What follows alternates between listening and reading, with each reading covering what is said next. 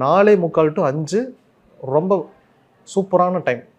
ஒரு மண் விளக்கு, அதுவும் புது மண் விளக்கு, நம்ம யூஸ் பண்ணதாக இருக்கக்கூடாது. அதில் நெய் தீபம் ஃபஸ்ட்டு ப்ரியாரிட்டி. நெய் தீபம், 1 டம்ளர் தண்ணி. 108 முறை இந்த மந்திரத்தை அது முன்னாடியே சொன்னீங்க அப்படின்னா 4:45 to 5க்குள்ள ஃபஸ்ட்டு அடையாளம் அவர் வந்துட்டாருங்கிறதுக்கு இந்த டம்ளரில் இருக்கிற தண்ணி குறையும்.